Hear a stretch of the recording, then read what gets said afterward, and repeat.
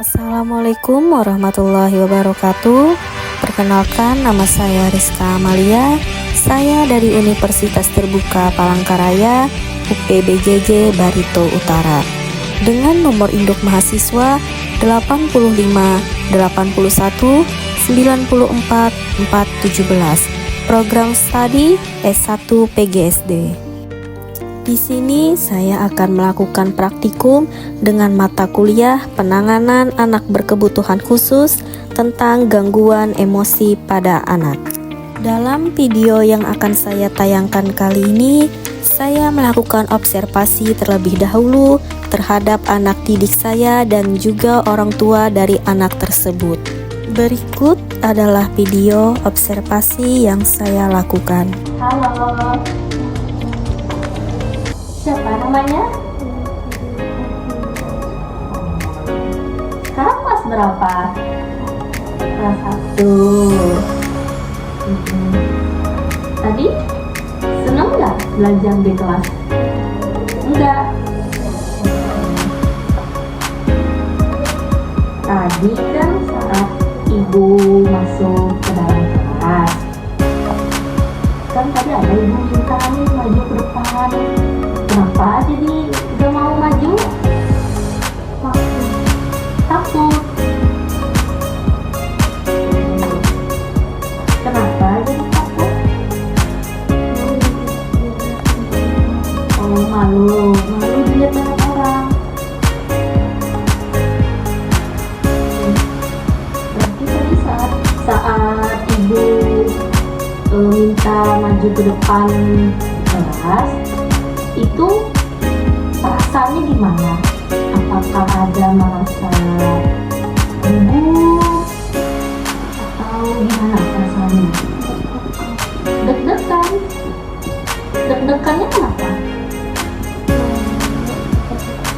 Malu, super malu.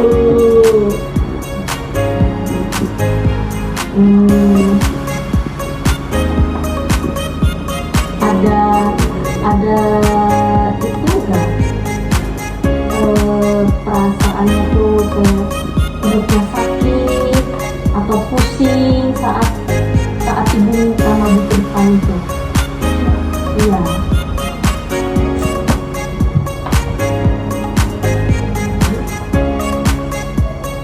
Tadi berangkat ke sekolah sama siapa?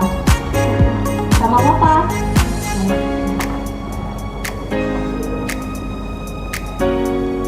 Papanya nungguin nggak?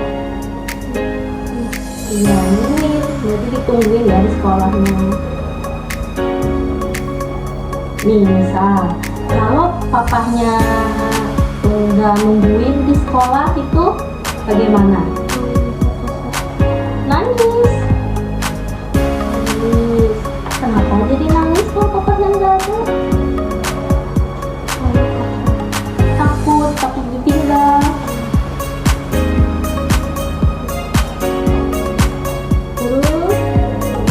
Biasanya sering merasa takut atau gelisah gitu? Enggak. Apakah biasanya kan bila ibu minta ke depan kelas atau berbicara sama orang, itu ada nggak di dalam diri Nanda ini merasa tidak bisa atau tidak percaya diri? Malu nggak biasanya setiap melakukan sesuatu itu? Biasanya mudah marah atau kesal apabila menghadapi banyak tugas atau ada teman yang ganggu atau gimana?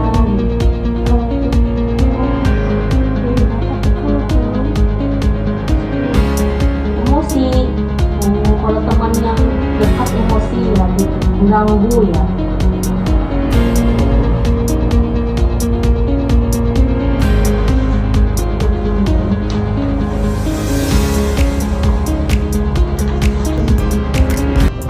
Ini baik Pak. Bagaimana kabarnya Pak? Alhamdulillah baik.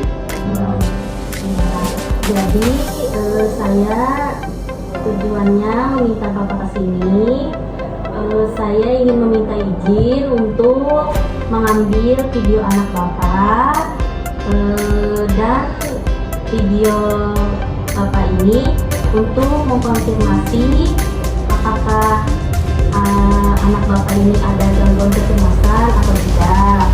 Karena ini saya ambil untuk mata tugas perkuliahan saya, Pak. Apakah Bapak mengizinkan? Ya silakan, kalau perlu kuliahnya untuk mengisi tugas kuliahnya dilanjut saja untuk melakukan video. Baik, terima kasih sebelumnya ya Pak. Jadi di sini saya cuma ingin mengkonfirmasi saja apakah anak Bapak ini ada gangguan kecemasan atau tidak. Jadi saya itu cuma pengen tahu biasanya kegiatan anak Bapak di rumah itu apa aja? Biasanya kegiatan di rumah setelah pulang sekolah itu anak saya ini nonton TV, kadang-kadang main handphone. Begitu aja sih sehariannya. Jarang kalau bisa bermain di luar rumah. Oh, berarti untuk berteman dia untuk keluar rumah itu jarang sekali ya? Jarang sekali dia bisa berteman sama orang, teman-teman anak-anak yang lain itu jarang. Boleh tahu kenapa itu? Dia memang memiliki memiliki gangguan saat memang dari kecilnya memang dia punya kelainan lah begitu lah. Jarang bahasa malah bersahabat gitu. Oh, mungkin susah bersosialisasi Ya gitu betul. ya Pak ya. Jadi banyak diam di rumah sendiri gitu.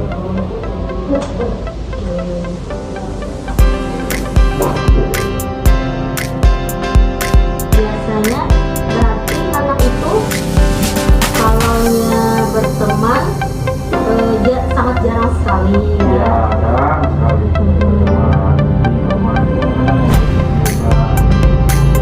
Ya soalnya begini ya Pak, dari pembelajaran saya dia saat saya masuk ke kelas itu anak itu saat saya minta maju ke depan ternyata dia itu nggak mau gitu.